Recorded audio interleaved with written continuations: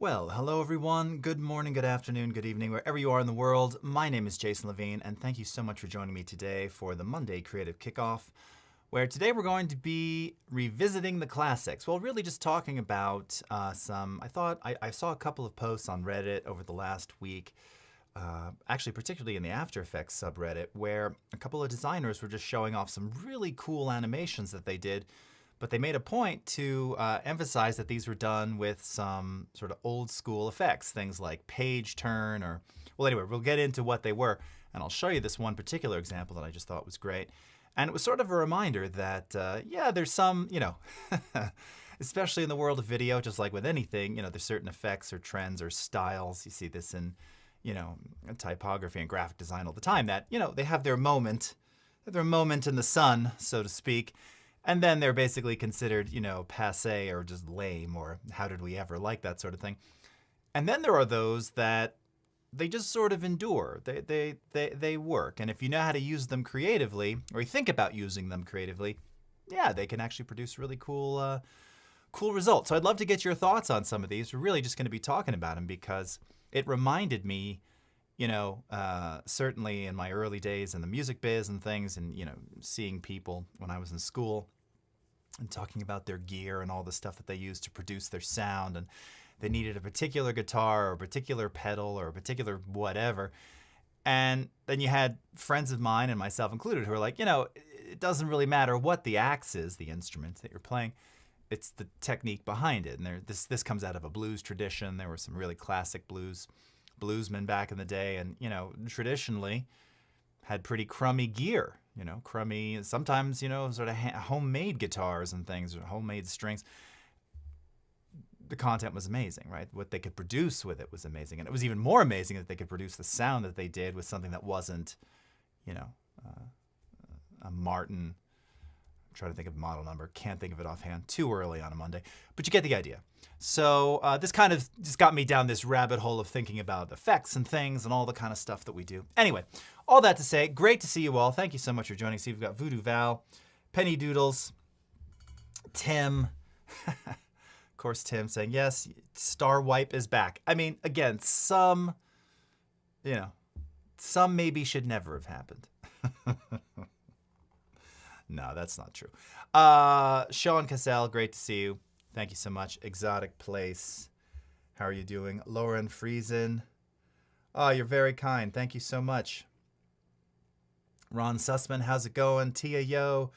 TR Bolin, Retro Like You. That's awesome. Cherise Addison, how's it going? Nice to see you all. Yeah, this is very, these streams on Mondays now are super chill. So let's get chill, shall we? Okay, so let me go and just real quick, let's just bounce over to this. I just wanted to show you this. So this was one that I found on Reddit. And again, I was particularly interested by this because it was just cool. And the guy talked about, oh, this was really done very simply. So let's just move over to this. So here's the animation, and you can see he says up here, had some fun using good old page turn and bend it. And, anyone who's worked in After Effects, these are some pretty old school effects. They've been in After Effects for at least, I think as long as I've been here, 20 years if it's a day. And it's not even that these are specifically used in the most traditional way, but I think more importantly, it's like you look at the beautiful typography. I love the sort of the color palette on the news font or whatever that sort of title design is. I don't know what it is. It just spoke to me. And then you see kind of the upvotes here. Oh, you can't see them. My head's in the way. You can see my comment right there. 349, 38 comments. But it was just super cool. So I actually just wrote the dude and I was like, hey, this is really cool. A great reminder that the oft-forgotten effects can still produce beautiful results, especially where there's nice design typography involved. And he wrote back and he was like, I love animating type and still need a lot more practice with setting it nicely first. I mean, I love the spirit of that in and of itself because it's like, oh no, this was just me playing around, having fun, just being a bit humble about it. And this is awesome. I mean, it's well done and it's beautifully done. And if someone said, hey, that was done with page turn and bend it, Yeah, even I, to some degree, would probably scoff. Like, really? Page turn? What? Is this 1995? Okay, so with that in mind, let's just bounce over to Premiere for a second here. I just pulled up the last project that I happened to open in this version. So coming back to our old friend Pennywise and Jason here. These assets will never die. What's up, Robert? Hi, Paul Weaver. How are you? Hello, Mel D. Okay, so this is too. It's something that I often don't we don't really talk about much, but just in general, sort of the variety of effects in Premiere. And this is probably another good opportunity to also talk about certain things that, again, I find over time that, especially as people get into Premiere who are new to Premiere and producing content and not really as familiar with bit depth and what all of that means. And now, of course, we're so used to HDR and, but you still might be working in 8-bit, or maybe you're working in 10-bit, or you don't know. And why, when I use this or export this, do I see banding or pixelation or whatever it is? So a lot of this has to do with some of these buttons up at the top here that you see where, for instance, if you see this icon, it's telling you that it's 32-bit color, or if this is applied, in this case, it's going to be just greater than 8-bit. Accelerated effects, meaning that they'll take advantage of GPU acceleration. And then, of course, YUV effects, which is probably a little less applicable to most users in Premiere today. So, if you've never just scrolled down the video effects list here, you might be missing out. It's funny. It's one of those things I can think back in the early days, certainly in Premiere, and especially with early DAWs, audio workstations. I would go through every single effect just to try it, just to see, what does that do? What does that produce?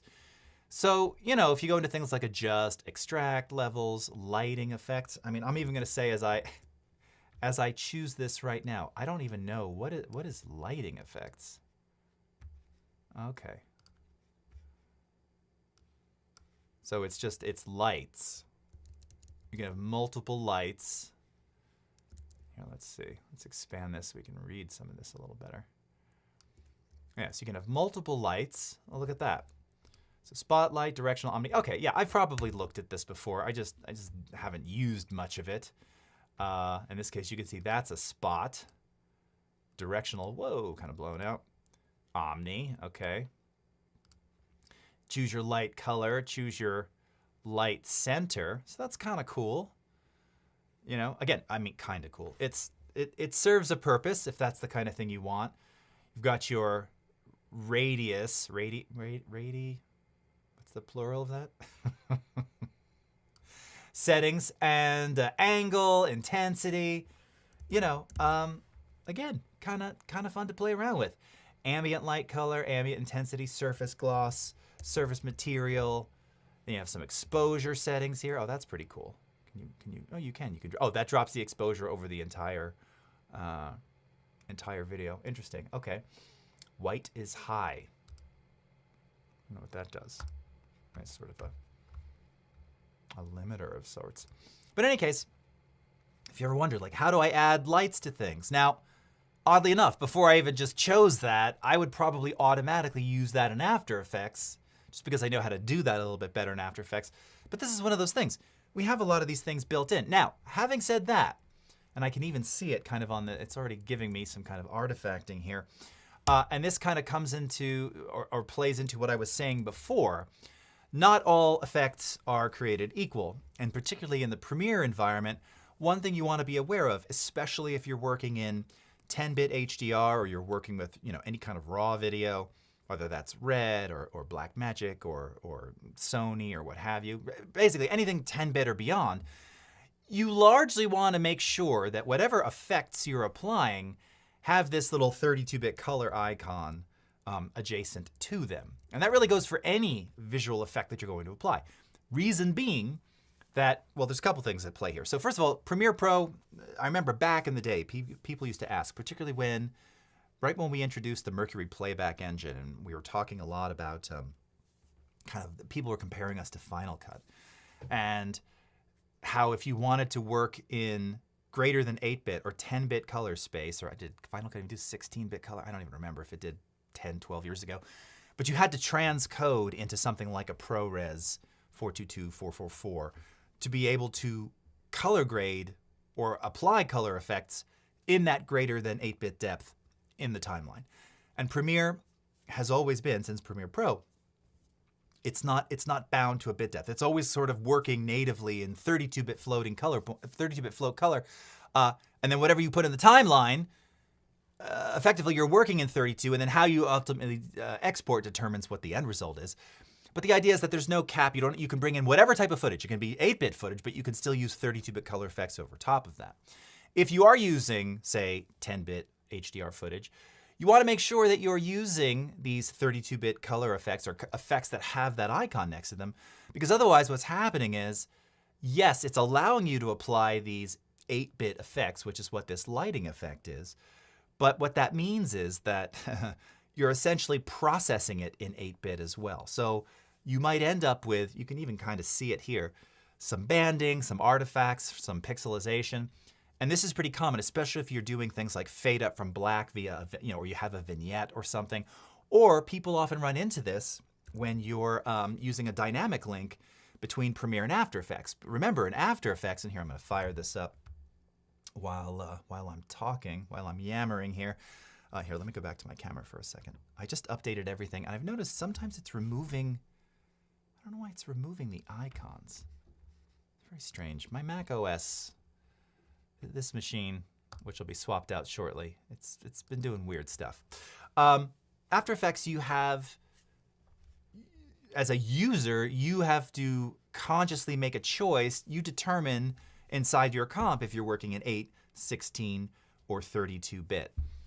It's really critical, one, to know where that setting is, but two, if you're working with Premiere, particularly with dynamic links, that, again, for the most part, you probably want to be in 16-bit, especially if you're doing any sort of, detailed motion graphics work or anything that has sort of detailed color and you want kind of color consistency, and there's other factors involved there. But anything with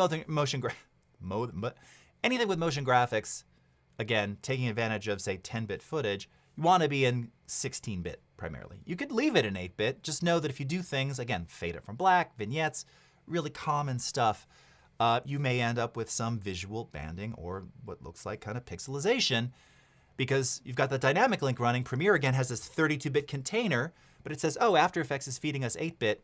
Let's process this. Let's export this and do all this work kind of and finish this in 8-bit. So you're going to end up with some artifacting there. Let's migrate stuff over. Okay. So hold on. It's still loading here. Let me go check the chats while we're at it. Bhavith Kumar, hello. Loriandini, hi. Nice to see you. Mari Dikaminja, hello. Nice to see you. Thanks for joining.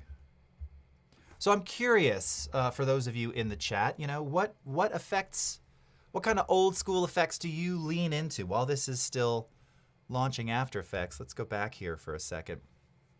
Again, so just talking about that 32-bit. So if we go into color correction here, this is a good example.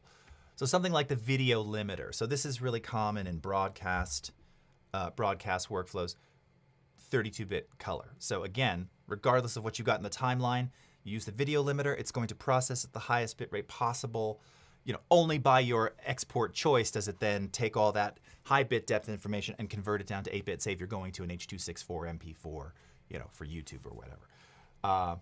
The tint effect, though, know what tint is. Now we have that in Lumetri. You could add another Lumetri, which is 32-bit float, of course. Tint is not a 32-bit color effect. So unless you're going for a slightly gritty, early 2000s looking video, I wouldn't use this one, especially on things like text or, if you're bringing in Illustrator files or vectors. You don't want to use these. It's going to degrade them ultimately when you export to some degree. It may not be completely visually obvious depending on what you're doing, but just know that if you want, these are some of the potential things that could happen if you aren't aware of this. Same with color balance. This is so common in the Photoshop world, brightness, contrast, but these in particular, they're not 32-bit effects. So I wouldn't use these as color grade tools on my, 4K 10-bit HDR content, because it's going to suffer when I go to export. Everyone's being very quiet. Hey, David. Oh, I appreciate that. Another great toot. Oh, well, that's very nice. Yes, this is kind of, slightly out there nerd stuff, but I think it's important stuff. So here's another one. You know, we use a lot of blurs for various reasons in video, and we've got quite a few we've got quite a few blurs. Oh, it just launched After Effects. What just happened here? Got quite a few blurs. While that's opening, let me go to this. All right. Well, let me just go back to Premiere for a sec. We've got quite a few blurs in here. Now, I'm someone who's quite fond of the box blur in After Effects. But, you know, Gaussian blur, whatever you call it, that's the only 32-bit effect in here. Directional blur, reduce, interlace, flicker, sharpen, unsharp mask, these are not. And again, we've got sharpening in Lumetri. We've talked about that at length on various streams in the past.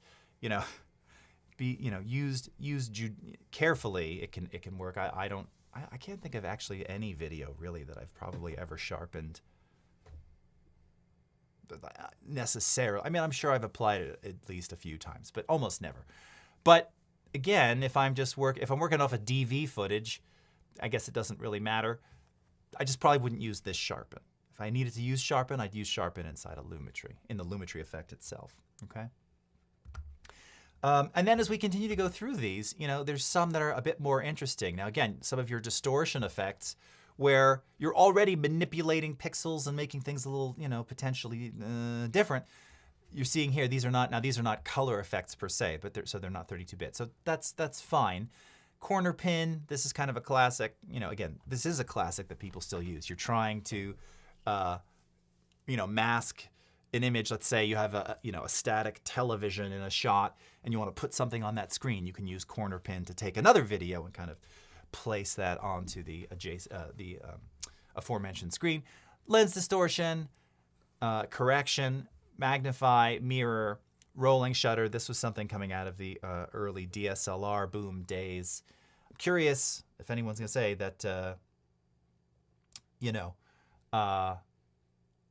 if people are still running into rolling shutter issues. I guess if you're still shooting on sort of old school 7D, 5D, nothing wrong with those, by the way. But this was an artifact of those early DSLR video capture processes, so we have that to repair. Spherize, again, this is kind of a kind of a classic old school. What's Paul Weaver saying? I would be so disappointed if you didn't nerd occasionally, as you also know how to explain things to non-nerds. Oh, thanks, Paul. Well, yeah, you know, we switch it up. Turbulent, displace, twirl. Now, warp stabilizer. Again, now, you'd think, wouldn't that be a 32-bit effect? I mean, this one is indeed due for an update because it's not dealing specifically with color. Maybe that's why. But, you know, again, there's trade-offs, of course, in general when doing warp stabilization. This is another one where the updated warp stabilizer in After Effects, I tend to find, in general, it just gives me a little bit more control. And because I actively can adjust bit depth and things, I tend to get slightly better results over there. Having said that, let's go back over here. So we were pointing this out before. So this is just a little animation of my lower third here, which was in fact a Mogert. But wanted to point out down here in After Effects, so down at the bottom of the project panel, this is where you set your bit depth, your bits per channel for the comp. So I always, is it option? Yeah, option, click, or option is the same as command on PC. Is it option, option, control? Who can remember this? My son has a PC and his power adapter died, and it's a, I won't say which brand, great laptop, but it's like it's a proprietary connector, which now in Mac land we're so used to now USB-C, but you know, and they had the MagSafe ones, which I guess were proprietary for a long time. You see a lot more of this now, of course, in the Windows world, and the drag is it's a proprietary connector, so when it dies and it stops charging, you are out of luck. So, you know, last night I was trying to MacGyver a solution, almost electrocuted myself. I don't know where I'm going with this. Anyway, option, command, control, whatever. Option on Mac, command or control on PC, I can't remember what it is. But this allows you to flip between 8, 16, and 32-bit. So as mentioned, when you're doing something like this, where in theory, you know, I could take this master comp, right, and drag this into Premiere Pro as a motion graphics template. This content here was shot 4K. I want to kind of preserve the color and bit depth of this. I would want to be working, and because I'm using something that has like a particle system in it, when I export that, I want it to look good. I don't want it to look pixelated and weird. I can now bring this in, right? So this is coming from After Effects, and it's going to look good. And by the way, as I scrub here, remember that these motion graphics templates, much like in After Effects, if you scrub through them, it'll start to effectively cache those frames. So if I were in After Effects, this is not, yeah, see, it's caching when idle. This is something that we added, right, a couple versions ago. But if I were to cache these frames here, which I'm going to do, this will, of course, effectively cache them on the Premiere side as well. So you'll get a slightly faster, real-time-ish preview of this. Okay, I'm just going through this for the sake of it. It's not taking too long. Hello, Annika. Option is Alt, Command is Control. Thank you. I wonder how many people here actually know what a lower third is. That's a great question, Paul, and one that's worth reminding people. So this is it, effectively. So you see this in any news program, and you know, even in social posts these days, where if you imagine your screen, your television screen, laptop screen, whatever, is broken into, we tend to, you know, the rule of thirds in photography, we tend to do the same in video. And in this case, that graphic that you see along the bottom third of the screen, the lower third of the screen, is where you tend to put titles. In this case, my name, my handle, my title, some graphics. So that's where that comes from. Great question. And again, they're so ubiquitous, they're used everywhere. So now, if I go back to Premiere, let's see if that paid off. Yeah, there you go. So now that we've previewed that on the After Effects side, you can see that it's now real-time previewing in here. But my point of this was, because we've got those beautiful particles, this way now I know that when I go to export, I'm not going to lose. I'm not, you know, it's not going to do something weird. There were a couple of Reddits that I saw this weekend where people were wondering, how come my exports have weird banding or pixelization? It's likely because the bit depth is a mismatch between Premiere and After Effects. Okay. All right, let's go back to effects here. We just got a couple more minutes. So again, distortion, used to seeing a lot of those.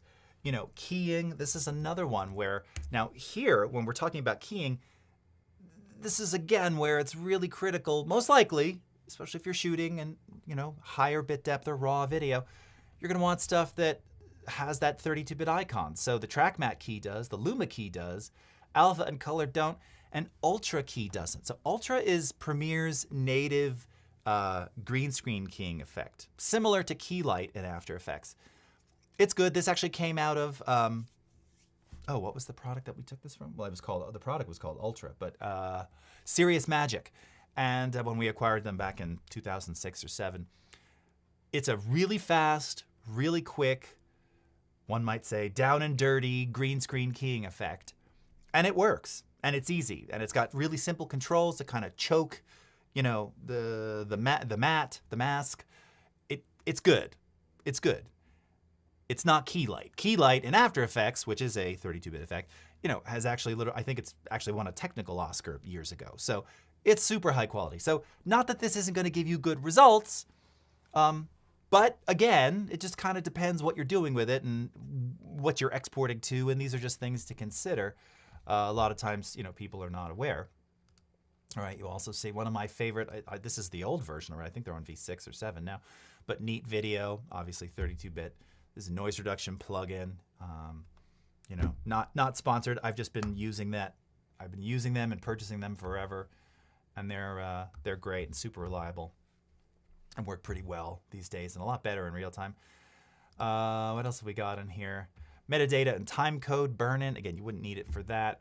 SDR conform. Yes, you'd want it for that. Simple text, wouldn't need it for that. transform, you've got auto reframe, yes, horizontal flip, but not vertical flip is not 32-bit, that's odd. Crop and edge feathering, again, some of these a bit more in the old school time. And then of course in your video transitions, as we were joking with Tim earlier, this is where you have, some of those classics, page peel, page turn, cube spin. Gradient wipe is in fact a 32-bit float effect. Oh, you can't see it there.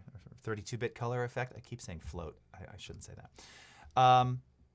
The bulk of your dissolves are film, dip to white, dip to black, and cross dissolve. And again, these are the most commonly used ones. But just to point out that go through the list, check these things out, and experiment. Because just because they've been around a long time, maybe they are 8-bit, doesn't mean you can't do really cool, interesting things with them. So that's a little look at some of the effects and things in Premiere and After Effects. Have a great rest of your Monday morning, afternoon, evening, wherever you are in the world. And we'll see you again, friends, next time. Take care, everybody. Bye-bye.